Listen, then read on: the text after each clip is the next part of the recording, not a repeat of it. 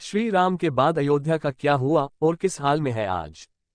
मर्यादा पुरुषोत्तम भगवान श्री राम का जन्म कैसे हुआ और उन्होंने अपनी जिंदगी में किन किन कार्यों को अंजाम दिया, यह तो हर कोई जानता है कि बहुत सारी कहानियां और नाटक बन चुकी है जिसमें भगवान राम के जीवन को दिखाया गया, लेकिन बहुत ही कम लोग इस बारे में जानते हैं कि रामायण की कहानी खत्म होने के बाद भगवान श्री राम और लक्ष्मण और उनके भाइयों का क्या हुआ। क्या भगवान श्री राम की मृत्यु हो गई, और मृत्यु हुई तो उनके अंतिम संस्कार का वर्णन कहीं पर क्यों नहीं है?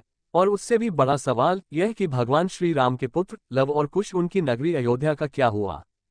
यह तो भी ऐसे सवाल है जो आप सभी के मन में कभी न कभी जरूर आए होंगे, लेकिन उसका जवाब के बारे में बहुत ही कम लोग जानते हैं। और आज के इस वीडियो में हम आपको रामायण की कहानी खत्म होने के बाद एक अनोखी कहानी बताएंगे। पर आज के इस वीडियो में हम आपको यह भी बताएंगे कि भगवान श्री राम ने अपने अंतिम वक्त में हनुमान जी को पाताल लोक में क्यों भेज दिया और इस वक्त कहाँ है।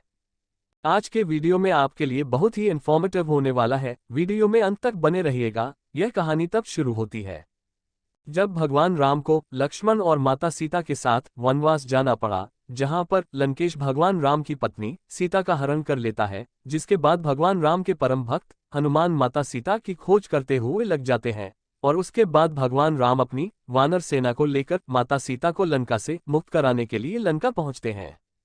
लंकेश को मृत्यु के घाट उतारने के बाद माता सीता को लेकर अपनी नगरी अयोध्या पहुंचते हैं, जहां माता सीता के ऊपर आरोप लगने के बाद उनकी अगली परीक्षा ली जाती है। और अग्नि परीक्षा देने के बाद माता सीता धरती के भीतर समा जाती हैं।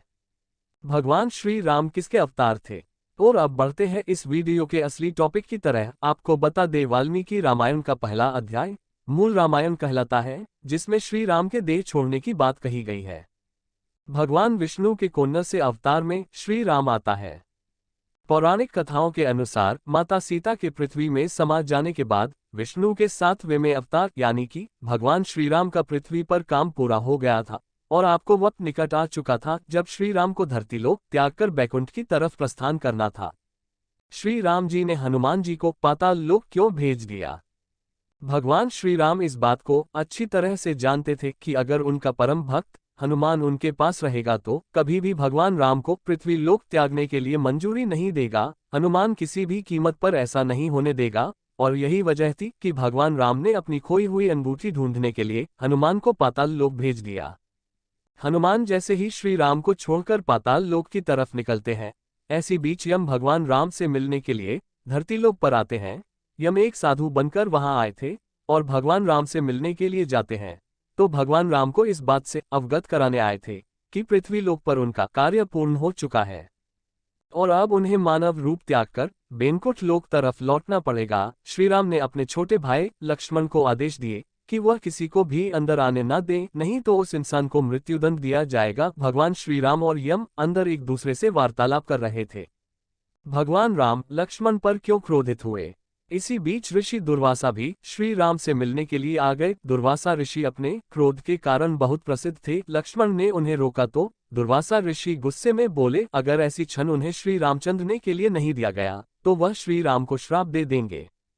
ऐसे में अपने बड़े भाई को सराफ ना मिले, इसके लिए लक्ष्मण खुद की बलिदान देने के लिए सोची। लक्ष्मण खुद ही राम के पास चले गए। श्री राम इस बात को बिल्कुल भी नहीं समझ सके कि जो आज तक हर एक आज्ञा का पालन करते आया था, उसने आज आज्ञा कैसे तोड़ दिया। श्री राम अपने छोटे भाई को मृत्युदंड तो नहीं दे सके, लेकिन उनको देश से निकालने का आदेश दे दिया। अपने बड़े भाई को नाराज करने के बाद लक्ष्मण खुद सरयू नदी में जाकर विलीन हो गए। आपको जानकर हैरानी होगी कि अयोध्या के सरयू नदी में जिसे शेषनाग का जिक्र किया जाता है, वो शेषनाग कोई और नहीं बल्कि लक्ष्मण का ही रूप है। कहा जाता है कि लक्ष्मण शेषनाग का ही मानव रूप थे, जिन्होंने मानव अवतार ही इसलिए लिया था ताकि हर वक्त भगवान राम की सेवा कर सके। भगवान श्री राम ने कब मानव शरीर को त्यागा? भगवान श्री राम का विष्णु अवतार कहा जाता है। अपने वास्तविक रूप भगवान विष्णु के रूप में आने के बाद भगवान उस विमान में बैठ गए। यह देखकर अयोध्या की प्रजा ने भगवान से कहा कि हे प्रभु, आप तो अपने परमधाम को जा रहे हैं, आपके बिना हमारी क्या दशा होगी। तब प्रभु ने अपनी प्रजा से कहा, आप सभी मेरे प्रिय हो, इसलिए आप सब मेरे साथ चले। और पूरी प्रजा के साथ भगवान श्री राम त्रेता युग के अंतिम चरण में अपने परमधाम को चले गए। इस तरह से पूरी अयोध्या सरयू नदी के जल में समा गई है। श्री राम ने मानव शरीर त्याग थी, तो लव और कुश का क्या हुआ? अब वीडियो में आगे बढ़ते हैं कि भगवान श्री राम के दोनों पुत्रों के तरफ लव कुश भगवान श्री राम के जुड़वा बेटे थे। पौराणिक कथाओं के अनुसार जब श्री राम ने मानव रूप को त्यागने का निश्चय कर भारत का राज्य अभिषेक करना चाहा तो भरत नहीं माने। अंत में दक्षिण कौशल प्रदेश की, जो आज के छत्तीसगढ़ इलाके में है, कुश और उत्तर कौशल में लव का राज्य अभिषेक किया जाता है कि श्रीराम के काल में ही कौशल राज्य उत्तर कौशल और दक्षिण कौशल में बता था। कालिदास की रचना के अनुसार श्रीराम ने अपने पुत्र लव कुश सरवती और कुश को खुशहालती राज्य दिए। लव और कुश का राज्य कहाँ में था? लव का राज्य उत्तर भारत में और कुश का दक्षिण भारत की राजधानी कुशावती आज के छत्तीसगढ़ के बिलासपुर जिले में थी। कालिदास की रचना रघुवंश के अनुसार कुश को अयोध्या जाने के लिए विंध्याचल को पार करना पड़ता था। बाद में राजा लव से राघव राजपूतों का जन्म हुआ, जिनमें बार गुजर जयस सुकबारों का वंश चला। इसकी दूसरी राज्य सिसोदिया राजपूत वंश की, जिनमें बेचला और गहलोत वंश के राजा हुए। वहीं दूसरी तरफ कुश से कुश हुआ, जिसे प्राचीन काल में कच्छावा कहा जाता था, उनके वंश चला। अब वीडियो में आगे बढ़ते हैं कि भगवान श्री राम के दो पुत्र थे। लव और कुश के पुत्र के क्या नाम थे? लव और कुश के पुत्र थे अतिथि और अतिथि के पुत्र निशोधन, जिसके बाद लगभग 50वीं पीढ़ी में शल्य पैदा हुए और छल्ले मात्रा राजा के राजा, जो पांडु के सगे साले और नकुल सहदेव के मामा थे। क्या राम के परिवार से महाभारत लड़ा था? महाभारत में इन्होंने पांडव का साथ नहीं दिया और कर्ण के सारथी बन गए। कर्ण की मृत्यु पर युद्ध के अंतिम दिन उन्होंने कौरव सेना का नेतृत्व किया और उसी दिन युधिष्ठिर के हाथ मारे गए। उनकी बहन भादुरी कुंती की सौतन थी और पांडु के शव के साथ चिता पर जीवित भस्म हो गई थी। एक शोध के अनुसार अगर लव और कुश की 50वीं पीढ़ी में चले हुए जो महाभारत युद्ध में कौरवों की ओर से लड़े थे, अगर 50वीं पीढ़ी की गणना की जाए तो लव और कुश महाभारत काल के 25 वर्ष पूर्व से 3000 वर्ष पूर्व हुए थे। रामायण के बाद महाभारत का लड़ाई कब हुआ था?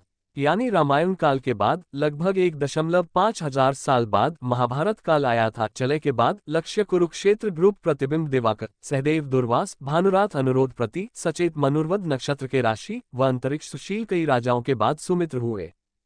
क्या आज भी भगवान श्री राम के वंश जिंदा है? ऐसे में सवाल उठना लाजमी था कि भगवान राम का वंशज आज भी हमारी पृथ्वी पर मौजूद है या फिर ऐसा तो नहीं भगवान राम का वंश है जी कहीं किसी काल में पूरी तरह से खत्म हो गया। तो दोस्तों आपको बता दें, 2019 में भारत की सर्वोच्च अदालत ने यह पूछा था क्या राम के वंशज अस्तित्व है, तब राजा की राज परिवारों में पेश किया। दिया कुमारी ने पत्रावली के जरिए कुछ सबूत पेश किए थे जिस पर भगवान राम के सभी वंशजों के नाम क्रमानुसार लिखे हुए थे। भगवान राम के वंशज के रूप में 289 में नंबर पर वंश जयपुर के सवाई जयसिंह का ही नाम था और इसी क्रम में 307 वंशज के रूप में प्रिया कुमारी के पिता महाराजा भवानी सिंह का नाम था। उदयपुर और जयपुर राजघरानों की ओर से श्री राम के वंशज होने का दावा एक लंबे समय से किया जा रहा है। जयपुर की पूर्व राजकुमारी और राज्यसिंह से दिया कुमारी ने एक ट्वीट में कहा था कि हाँ भगवान राम के वंशज पूरी दुनिया में है और हमारा परिवार भी उनके पुत्र कुश का वंशज है। जयपुर की पूर्व रानी पद्मिनी देवी अपने परिवार को भगवान राम का वंशज बताया था। उन्होंने बताया उनका परिवार भगवान राम के पुत्र कुश के परिवार से संबंध है। उन्होंने कहा जयपुर के पूर्व राजा और उनके पति भवानी सिंह कुश की 309 पीढ़ी थे। दोस्तों प्रैक्टिकल तौर पर देखा जाए तो जयपुर की रानी है, फिर जयपुर की राजकुमारी ने जिन किताबों को पेश किया है वह बिल्कुल सच हो सकता है। देखा जाए तो आज के वक्त में हम अपने दादा परदादा के भाइयों के वंशज को भी ठीक तरीके से नहीं जानते, क्योंकि 1 से 2 पीढ़ी को क्रॉस करते ही हमारा परिवार इतना लंबा हो जाता है कि कितने अधिक लंबी लिस्ट को याद एक ही नहीं पाते हैं। दोस्तों वीडियो आपको अच्छी लगी तो हमें कमेंट बॉक्स में कमेंट करके जरूर बताएं और ऐसे ही अमेजिंग वीडियो को लगातार देखने के लिए हमारे चैनल को सब्सक्राइब जरूर करें।